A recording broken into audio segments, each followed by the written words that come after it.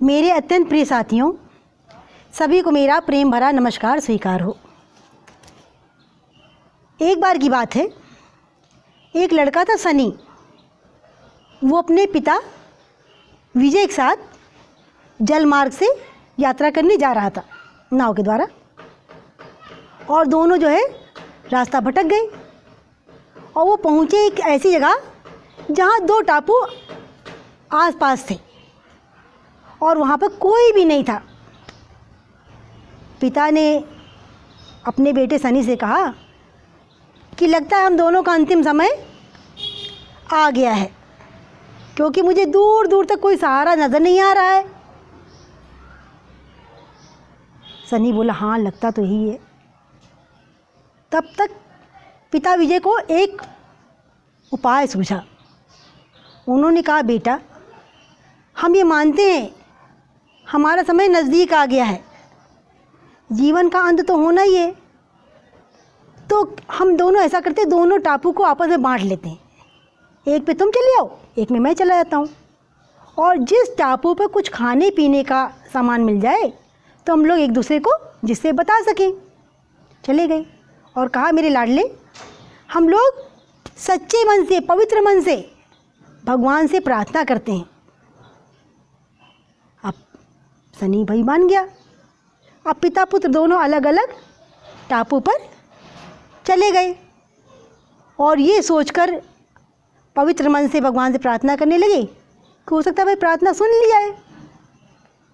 तो सनी बोला, हे भगवान, मैं आपसे सच्चे हृदय से प्रार्थना करता हूँ कि इस टापू पर कुछ हरे भरे पेड़ पौधे उगा दो, फूल फल के पेड़ उगा दो, जिसको खाकर हम लोग अपनी भूख तो शांत कर सकें।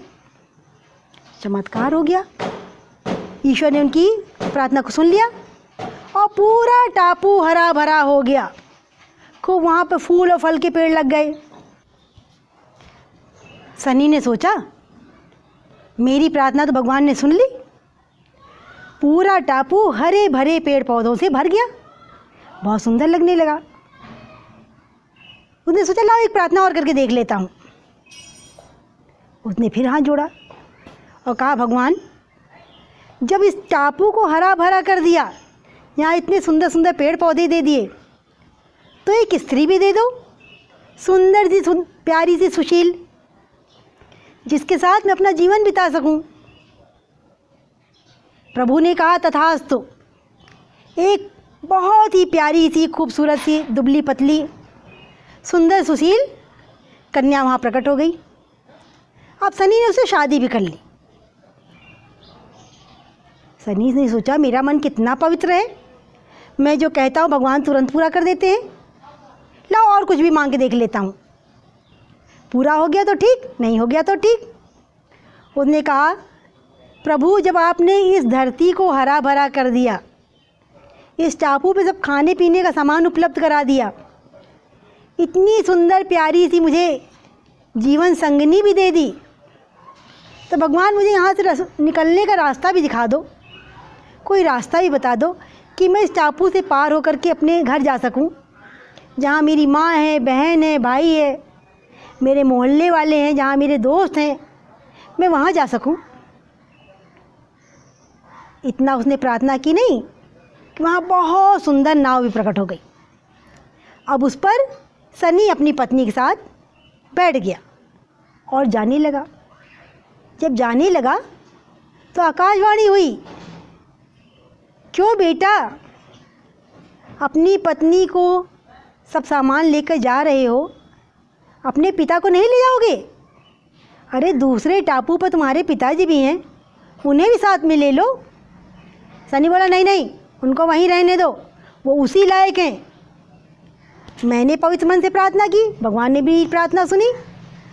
उन्होंने पवित्र मन से प्रार्थना की ही नहीं होगी, नहीं तो क्या भगवान उनकी ना सुनते? वो इसी लायक हैं, उनको उसी टापू पड़े रहने दो। अपने कर्मों का फल भोगें, जैसा किया है वैसा भुगतें, कोई जरूरत नहीं उनको लेकर आने की।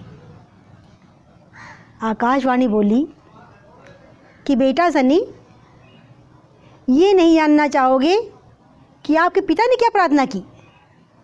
अरे की होगी कुछ, वो नहीं, सुन लो। आपके पिता ने भगवान से प्रार्थना की थी कि प्रभु, मैं सच्चे मन से, पवित्र हृदय से आपकी स्तुति करते हुए प्रार्थना करता हूँ कि मेरा बेटा जो भी मांगे उसे दे देना।